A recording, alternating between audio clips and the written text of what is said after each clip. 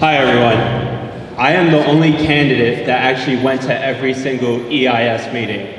And this is important because if you want to know how to stop these developments, you have to spend time, do research, and show up to these meetings, not only to hear what the developers are trying to tell us, but community members. One example of the EIS process, which I think is fraud, is that they were trying to tell us that the shadows of these skyscrapers won't affect NYCHA residencies. And so they laid out 10 picture frames that showed how shadows are gonna not affect these buildings right next to them. And we looked at the date and the time that these photos were taken. And when you look at the time and the date these photos is when the sun has less effect on these buildings. And so they're trying to illustrate to the people that live in this community that these overdevelopments aren't gonna affect them. And I think the biggest problem is that when you look at who sponsors these EIS meetings, they're funded by developers that are actually building in the land. And so I think the EIS process has to have an independent voice that's actually gonna listen to residents and fight back towards the developers so then we can actually get something out of these deals. Thank you.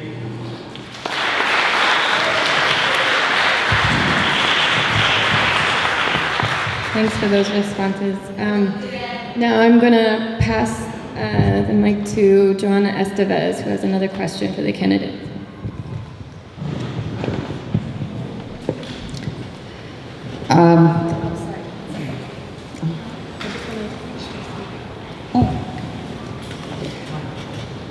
Okay, this question goes for the three candidates. How will you work with Mayor de Blasio, assuming he gets into office for a second term?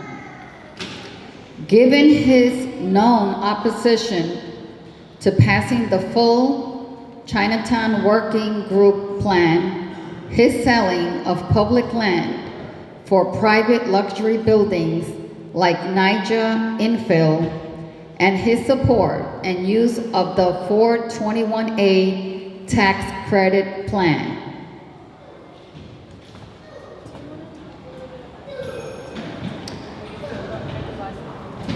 Sure. Briefly, I just wanted to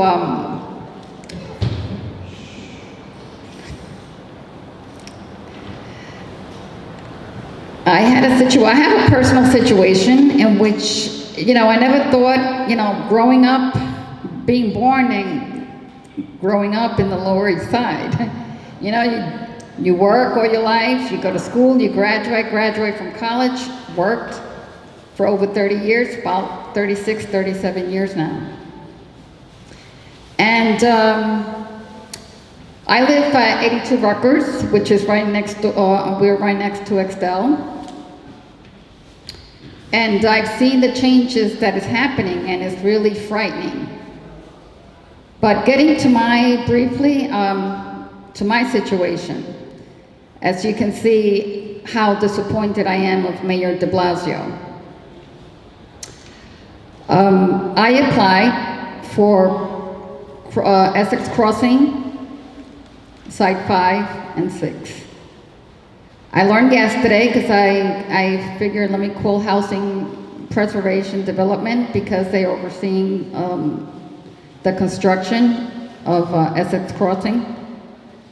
And I asked, well, I am planning on retiring in about 3 years of government service. So what would happen if once I retire, my income will be lower? It's not going to be the same as what I'm making right now.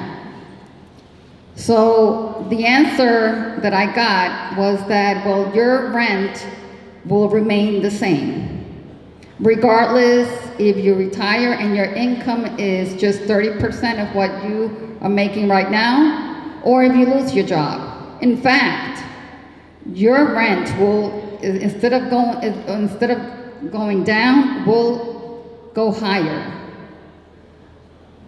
I never expected that answer. I said, well, there's no protection for working class people, normal people, average people like myself, who's looking into retiring in 3 years. So this is, to me, is like if I cannot afford to pay the rent when I retire, then I will have to move out, which means that I will have to go probably to a homeless shelter because the rent is extremely high and I cannot afford it once I retire. So what's wrong with this picture?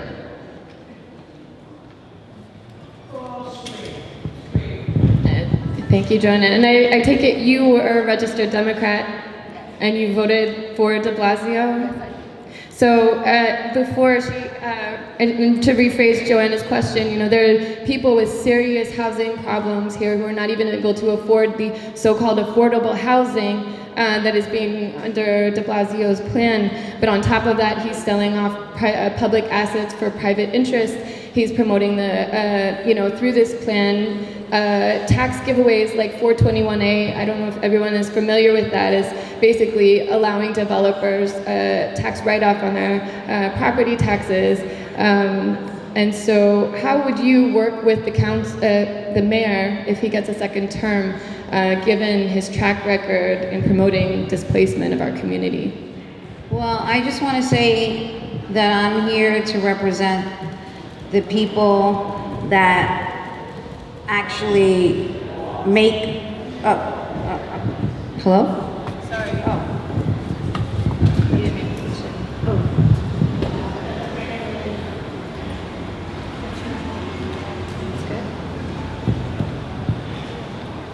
Is it okay?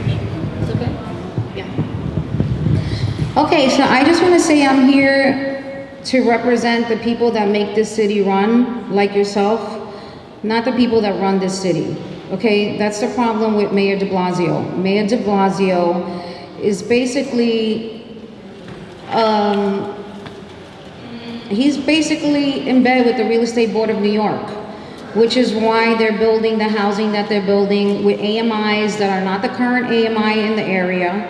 You know, they're building AMIs in the area that are for Westchester or upstate New York. So what I would do, I would introduce a bill where the constituents appoint the individuals to the Department of City Planning as well as the Real Estate Board of New York, because that's the biggest problem. Right now, Mayor de Blasio has too much control. And the city councilwoman, and I say woman because I intend to be the city councilwoman, okay, to help people like you, as I have been the last 20 years. Right now, what he's been doing, he's appointing everybody on the Real Estate Board of New York. So anytime anything comes up, the Real Estate Board of New York votes against anything for you. So they're not gonna build housing according to your AMI because they don't care about you. At the end of the day, these buildings that are being built are being built because they're being listed as minor site modifications. When a new building, everybody, is not a minor site modification. A new building is a new building. And they're using public housing as collateral to build these buildings. I mean, how corrupt can you be? It's so obvious. It's a real estate Ponzi scheme that's going on, and the people that are gonna be suffering the most are the working class, the civil servants, the single moms, elderly, because that's what's going to happen in the waterfront. In the next 3 to 5 years, you all are going to get displaced because a mega tower is going to go right next to you. It's going to raise your rents, and then the artificial rents that you already pay, they're not going to get subsidized. So if you vote for me, I will fight for that because that's what I've been fighting for the last 25 years.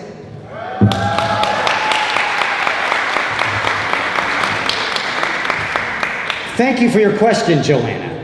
And it's good to hear about your particular situation, because the fact of the matter is the population in Manhattan and in New York City is getting older, and more people are retiring, and people aren't going to have the sources of income that they used to. And also, we've skewed the whole definition of affordability. What is affordable anyway? And we should talk about the drivers of this affordability crisis. One of them is that in a lot of these new luxury condo buildings, here's one dirty little secret in the real estate industry. The first place that those units go for sale is not here in New York City. It's not in New York, but in Asia. The developers are selling the apartments in Asia before they even go for sale here. So what happens? There's one building in Tribeca, near where I live, and over 25% of that building was purchased by non-resident owners. So in other words, you tear down the housing stock that's there, and then you displace people who live there, and then you build a new building, and then a lot of the units remain empty. These are safety deposit boxes for foreigners, and they're crash pads for people who work in Silicon Valley. And what a terrible land use policy that is. It also hurts small businesses in the area because you know there's many people living in the area because you have a lot of these empty units. I was at home in Richmond, Virginia a few weeks ago, and I was sitting in a Starbucks. And I heard two teenage girls talking about trying to get their parents to let them use the multi-million-dollar condo for the weekend, a condo in New York. And so that's an example of an empty housing unit here in New York City. So worse yet, those people are not paying New York state taxes. One second, I see the sign. They're not paying New York City income taxes, and they're not even paying federal taxes. So we've lost housing units, and we've lost our tax base. So we need to talk about setting the right incentives, and that's why I'm running for city council, to really get in there and set the right incentives so that we have the right type of development here in New York City.